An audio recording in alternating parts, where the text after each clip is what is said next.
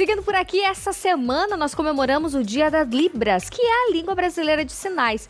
E para celebrar o dia e marcar a importância, gente, do conhecimento sobre o assunto, eu te convido a conhecer agora a história do Júlio, nessa super matéria que a nossa Amandinha preparou pra gente. Olha só. Júlio é surdo e existem duas versões sobre a causa da surdez. Ele conta que, segundo sua mãe, ela engravidou ainda muito jovem e os cuidados com o recém-nascido não eram tão fáceis. Quando ainda bebê, ele teve uma febre muito alta, resultado de uma pneumonia, fazendo com que ele perdesse a audição. Já o avô de Júlio diz que ainda no primeiro ano de vida, sempre que o chamavam pelo nome, Júlio não respondia. Foi quando levaram ele ao médico e constataram a surdez.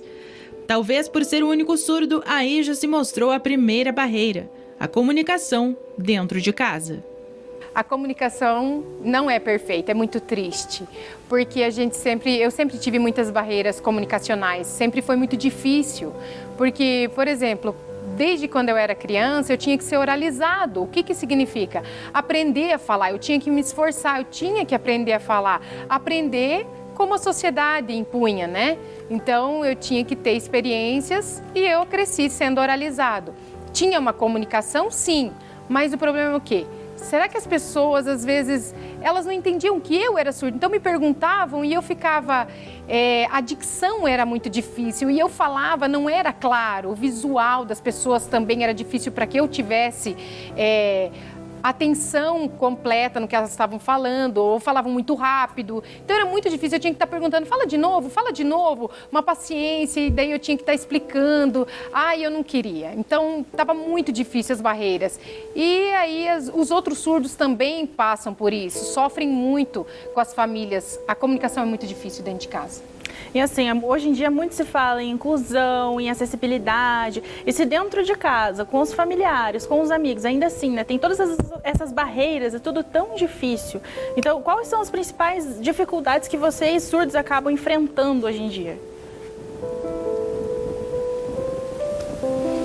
A maioria, principalmente, é a comunicação. A maior dificuldade é comunicacional. Porque assim... No Brasil, falta o quê? O estímulo. As pessoas precisam conhecimento da Libras, ela é pouco divulgada. Então as pessoas não têm, falta o quê? A divulgação, as pessoas precisam conhecimento, a sociedade não está preparada. Como que a gente vai chegar e se comunicar? O surdo é capaz de aprender a se comunicar, mas e o atendimento? O surdo sabe Libras, mas e aí? As pessoas são capazes de atender na língua deles? Então fica tudo muito... vago. Então o surdo ele é capaz de apresentar projetos de Libras, atendimento, comunicação, isso é possível. Aí sim, as pessoas aprendendo, estimulando a sociedade pode fazer essa troca e aceitar. Então aí a comunicação fica perfeita. Então é justamente isso que eu ia falar, né? A questão, o que falta? Porque o surdo, eles trabalham, eles se desenvolvem, eles se relacionam, tem surdo médico, tem surdo advogado, como é que funciona isso? O que falta então para o surdo na sociedade? No Brasil, está muito atrasado, muito. A cultura nossa é muito atrasada, perto de outros países. Outros países do mundo, por exemplo, nos Estados Unidos, eles aceitam profissionais de alto escalão, como médicos, formados surdos. Então, porque lá tem o quê? Outras tecnologias de atendimento. Por exemplo, o surdo chega, eles conseguem ter audição em alguns materiais de trabalho. Por exemplo, o estetoscópio. E no Brasil é muito atrasado, porque a cultura nossa é atrasada. Então, às vezes, eles chamam e o atendimento todo... Nos Estados Unidos, por exemplo, é muito mais desenvolvido, é muito à frente. Os grupos de surdos são capazes de aceitar pessoas trabalhando em qualquer área. Surdos que estudam, que fazem cursos, médicos que fazem medicina, se formam e são capazes de trabalhar, porque a tecnologia é diferente.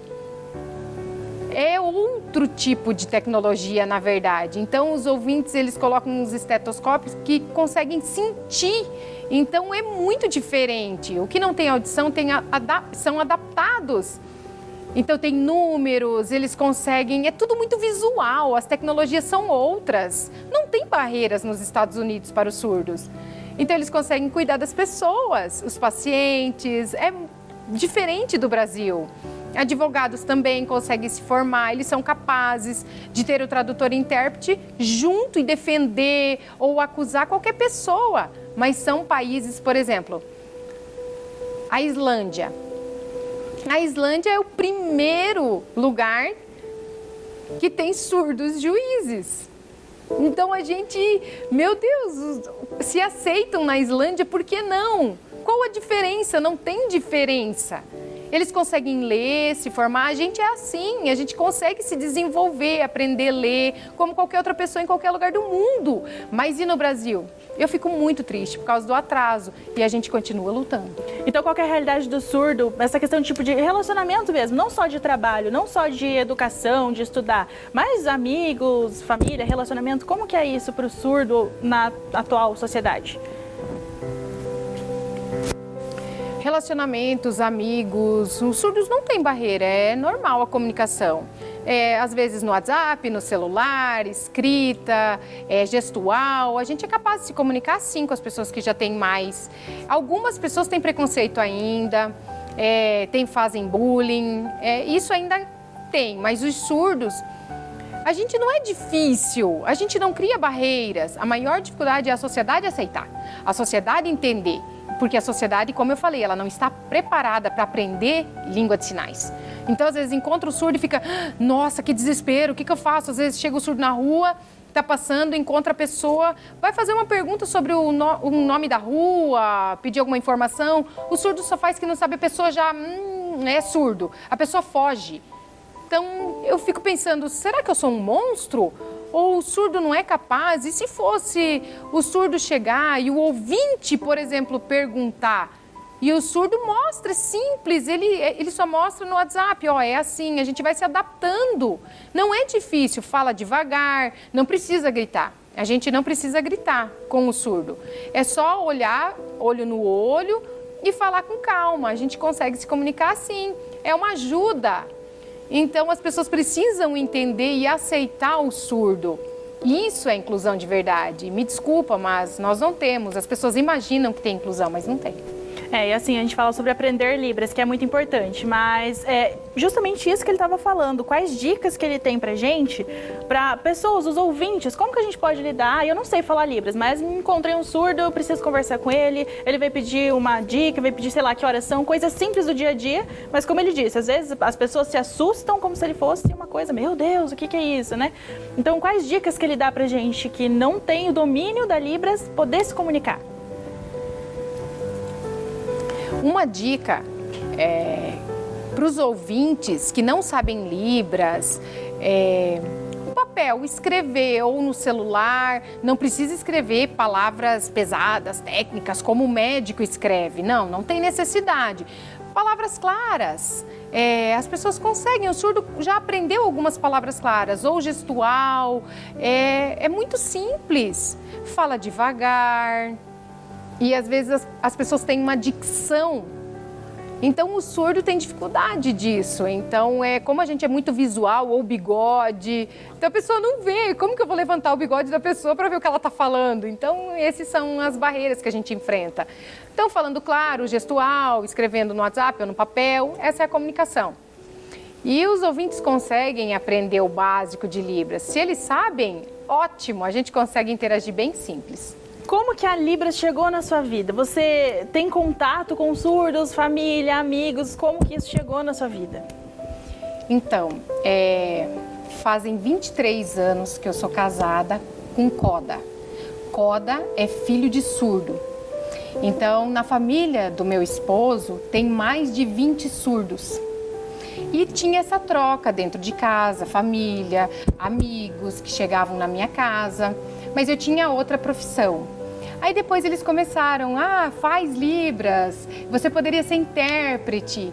E eu comecei a trabalhar na Agência do Trabalhador junto com o Júlio, que me deu a oportunidade e me abriu as portas para que eu começasse a ter interesse em estudar na área. Aí me formei, eu fiz Letras Libras, sou bacharel na área, sou ex-concursada federal. Então, assim, eu estudei e passei por etapas. Hoje eu sou influencer em Libras, trabalho como tradutora também.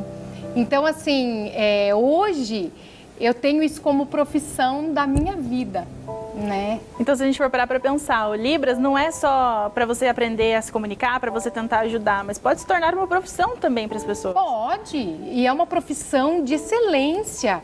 É uma língua viva que as pessoas precisam estudar todos os dias, precisam se esforçar. Eu sempre falo que a Libras é o contato com o surdo, não são cursos. Curso é papel, ele te dá a base, a teoria. Mas a prática é contato com a comunidade surda. E os surdos precisam de intérprete, mas intérpretes que estejam envolvidos, que trabalham de verdade. Então, assim, é uma profissão maravilhosa que eu indico para as pessoas.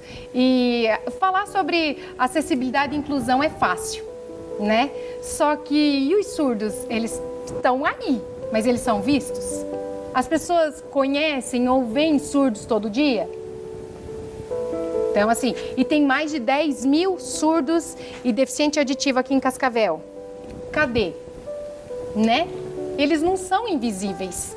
Nós precisamos fazer com que o surdo apareça e tenha protagonismo da vida deles. E aqui em Cascavel, quem está assistindo a gente, quiser, tem interesse em aprender Libras, entrar nesse mundo, saber mais, como que faz? Tem algum ponto, lugares que vocês indicam para as pessoas buscarem esse conhecimento?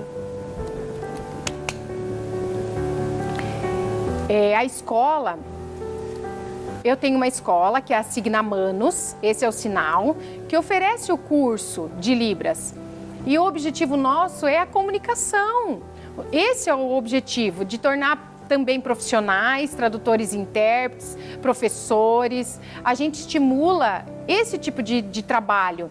E eu quero o quê? Que vocês sintam o objetivo de quebrar a barreira comunicacional, que vocês tenham vontade de aprender. Então, para quem quiser, para estimular a comunicação, os ouvintes que têm interesse, porque aqui tem inglês, né? Tem tantas escolas no Brasil de outras línguas, outros idiomas. E aonde a gente fala inglês no Brasil? Às vezes muito pouco. Então, espanhol, qualquer outra língua. E surdos, que tem muitos, eles estão aonde, né? Não tem curso que oferece. Então, eu estou dando a oportunidade, estou oferecendo o curso para a gente quebrar barreiras. Mas será que um dia a realidade do surdo vai ser diferente? As crianças vão ter contato com a disciplina de Libras nos colégios? Então, um surdo vai ter ali a possibilidade de ir para uma consulta médica sem ter que ter um acompanhante? Ou então uma tarde de compras e ser atendido como nós, ouvintes? Tudo isso só depende da gente. Afinal de contas, o básico é o essencial. Oi, tudo bem? Oi. Ó, i. Oi. Tudo bem? Tudo bem, assim a mão. Tudo bem, é expressão clara também. Olha teu jeito de emoção. Tudo bem? Ó, não é assim. Você precisa de uma expressão mais clara. Oi, tudo bem? Eu estou fazendo uma pergunta, é uma troca. A empatia é muito importante. Boa tarde. Jornal Tarobá.